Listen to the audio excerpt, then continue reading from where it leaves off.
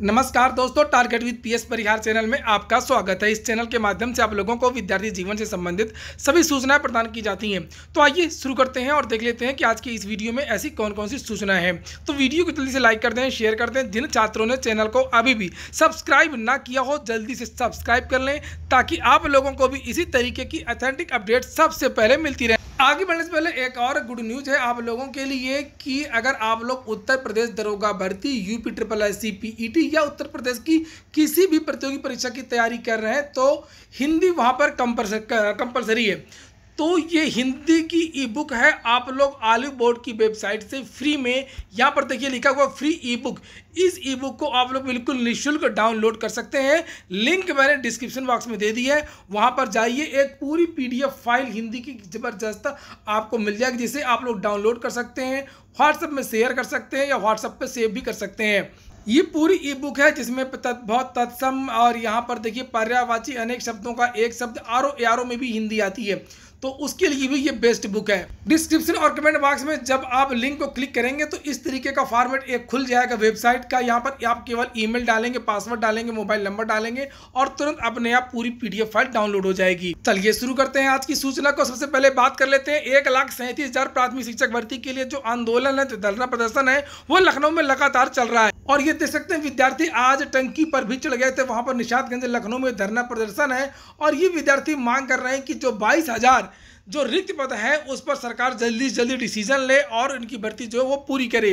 वहीं पर बहुत सारे जो छात्र हैं वो इसका विरोध भी कर रहे हैं। विद्यार्थियों का कहना है कि सरकार सीधे सीधे एक नई भर्ती का जो विज्ञापन वो जारी कर दे, जिससे सारे के सारे जो विवाद है वो खत्म हो जाएंगे। ना तो विद्यार्थी जो 4वीं काउंसलिंग, 5वीं काउंसलिंग की जो मांग कर रहे हैं और जितने भी आंदोलन हो रहे हैं वो अपने आप समाप्त हो जाएंगे। सरकार 97,000, 75,000 जितने भी पदों पर है नई प्राथमिक शिक्षक भर्ती का जो विज्ञापन वो जारी कर दे। फिलहाल इन विद्यार्थियों की जो मांग है वो तेज है और लखनऊ में लगातार ये विद्यार्थी अपना प्रदर्शन कर रहे हैं। इसके बाद में हम लोग बात कर लेते हैं TGT भर्ती की कि क्या TGT भर्ती अब रद्द हो सकती है। चूंकि भ्रष्टाचार की जो सूचना है वो तो बहुत ज़्यादा मिली, लेकिन उसके बाद जो है वो मांग वगैरह जो विद्यार्थियों की है वो कम हो गई। इस संबंध में मेरी बहुत सारे प्रतियोगी संगठनों से बात हुई है और अभी मेरी बात हुई है युवा मंच के जो अध्यक्ष हैं अनिल सिंह कि आगे इसमें क्या हो सकता है। तो युवा मंच का कहना है कि हम तो कोर्ट की लड़ाई हमने लड़ी थी, कोर्ट ने आदेश दिया था कि ये परीक्षा जो है पूरी तरीके से शुचितापूर्ण होना चाहिए और ऐसा आश्वासन चयन बोर्ड की तरफ से भी दिया गया था। आर्डर वो वाकई ज़बरदस्त है और युवा मंच का कहना है कि अब हम इसको कंटेम्प्ट करेंगे और इस पर जो है जब वो CD आएंगी विद्यालयों की तो उसमें देखा जाएगा कि जो बंडल है वो खुला आया या बंद आया, कितने बजे परीक्षा हुई। चूँकि CCTV में टाइम भी दिया रहता है। चूँकि बहुत सारे जो ज़िले हैं वहाँ से ऐसी सूचनाएं आई थी कि कहीं पर 30 मिनट देरी से पेपर दिया गया, कहीं पर 20 मिनट देरी से दिया गया और अगर आधा घंटा 15 मिनट की देरी से भी दिया गया पेपर तो उसमें भ्रष्टाचार की जो पूरी की पूरी गुंजाइश है। देखिए युवा मंच की अब आगे की क्या रणनीति है। और हमारा तो सिलेक्शन नहीं होगा, क्या किया जाए क्या न किया जाए, इन सब मुद्दों पर युवा मंच क्या करने वाला है और क्या होना चाहिए, इन सब बातों पर आज डिस्कस होगा।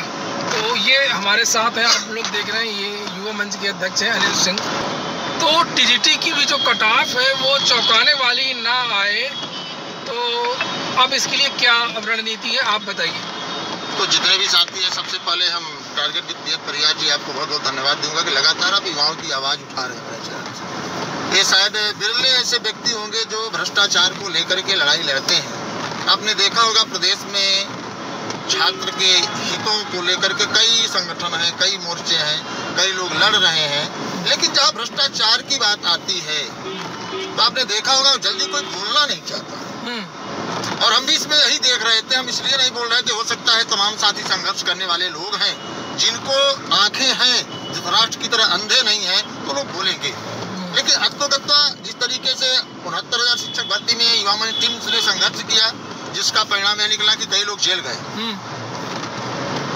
आपने LT में देखा कि परीक्षा नियंत्रक सहित जो है पेपर जो बनाने वाले लोग थे जेल गए। तो एक बहुत बड़ी बात है और मेरा ही प्रयास है कि देखिए अगर सरकार पारदर्शिता की जो गुहार लगाती है, पोस्टर बैनर लगाती है कि हम पारदर्शी हैं, तो ये भर्ती भी सरकार को बताएगी। क्योंकि ऐसा कोई क्षेत्र नहीं, ऐसा कोई जिला नहीं है जिस जिले में भ्रष्टाचार न हुआ हो। तमाम प्रबंधक, तमाम शिक्षा माफिया।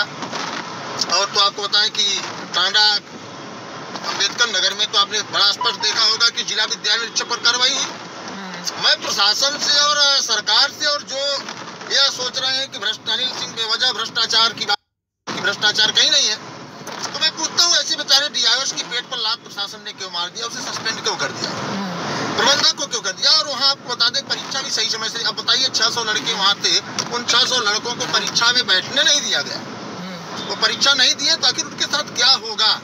ये लोकतंत्र है, हर व्यक्ति का समान अधिकार है। तो ये जो आपने ऑर्डर निकलवाया था हाई कोर्ट से कि शुचिता को लेकर के सीसीटीवी कैमरे लगेंगे और जो है भ्रष्टाचार नहीं होगा, कड़ाई रखी जाएगी, तो ये टांडा में इस मुद्दे को आप इसको कंटेम्प्ट भी तो कर सकते हैं। देखिए बिल्कुल, अब आपको बताएं कि हमारी पूरी तैयारी है। अच्छा। मैं ये चाहता हूँ कि जिस तरीके से न्यायालय ने हम कमंडल पर परीक्षा कराने की बात का विरोध कर रहे थे और चयन बोर्ड ने उसको बड़े मजबूती से पक्ष रखा, उन्होंने भी कहा, और संशुद्धि पत्र, जिसको शुद्धि पत्र के नाम से जारी किया, और एक उसमें भी तमाम खामियां हुई, तमाम पैसे साथी थे जिनका प्रवेश पत्र भी नहीं आया। अगर चयन बोर्ड इतना ही गंभीर था, अगर चयन बोर्ड इतना ही था तो विज्ञापन रद्द क्यों कर दिया, उसको उसी समय जो है शुद्धि पत्र जारी कर देना चाहिए था, पहले विज्ञापन में। लेकिन चयन बोर्ड ने क्या सोचा है तो मैं नहीं कह सकता हूँ, लेकिन उन्होंने जो शुद्धि पत्र जारी किया जिससे लाखों प्रतियोगी जो है फार्म भरे, लेकिन कहीं फाइनल क्या सबमिशन होता है भाई, जो चयन बोर्ड से सूचना निकल के आ रही है, तमाम साथी जो फार्म भरे थे उनकी वेबसाइट की खराब थी। उनकी वेबसाइट तो अब समझ जाइए कि 1.5 करोड़ का वेबसाइट कैसा था उसको तो मैं नहीं कह सकता। और मुझे लगता है कि 1.5 करोड़ की वेबसाइट उसी तरीके से जिस तरीके से माध्यमिक शिक्षा सेवा चयन बोर्ड में साक्षात्कार होता है और उसमें कितनी पारदर्शिता होती है उसको आप लोग देख सकते हैं। तो मैं यही कहूँगा, हर जो है जितने भी यहाँ के मेंबर हैं सब नई रुआ लेकर घूम रहे हैं भैया, तो अलग बात है, भ्रष्टाचार वहाँ भी है।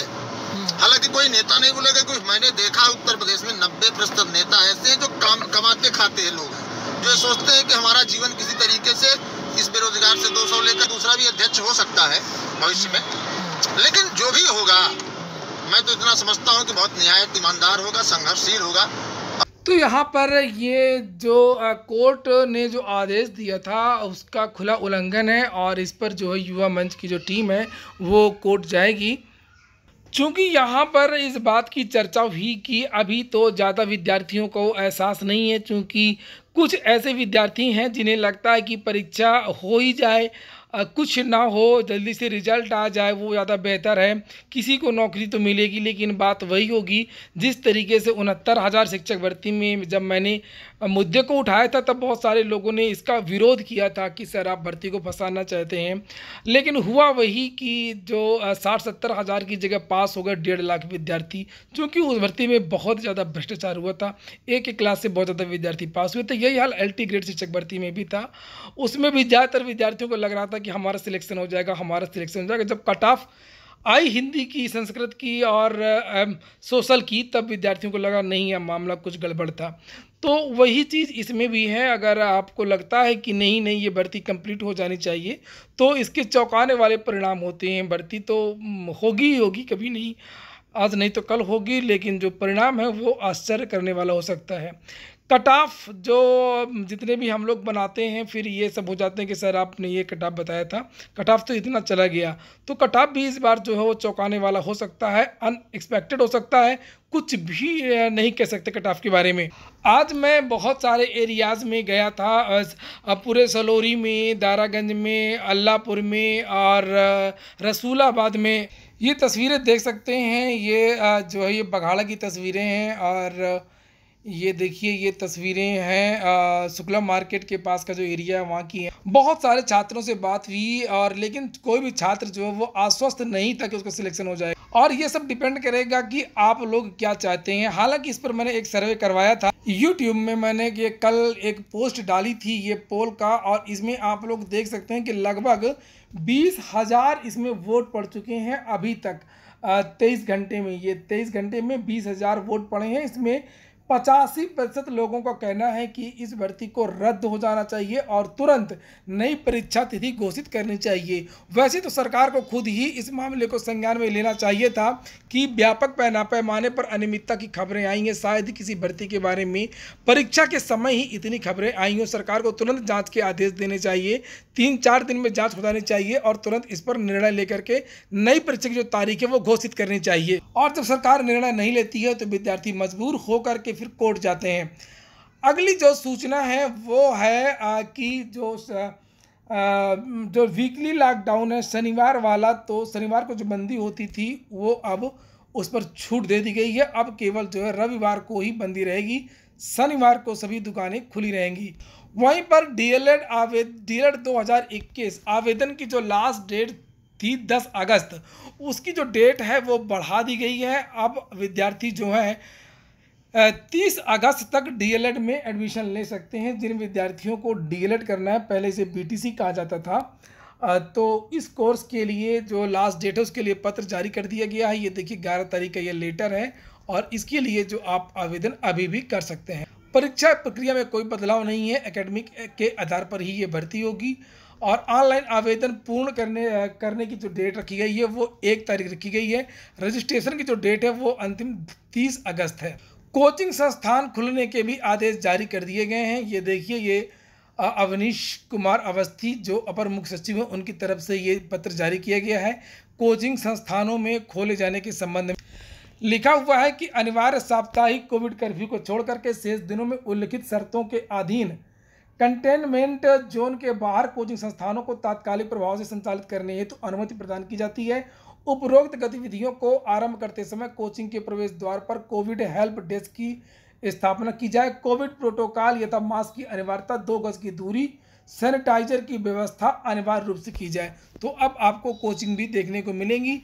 और अगला आदेश जारी हुआ है आज कि कक्षा 6 से लेकर के 8 तक के जो विद्यालय हैं वो 1 सितंबर से शुरू हो जाएंगे। ये देखिए लिखा हुआ है कि बेसिक शिक्षा परिषद के विद्यालयों में 6 से 8वीं तक की कक्षाओं में नवीन प्रवेश की प्रक्रिया प्रारंभ कर दी जाए।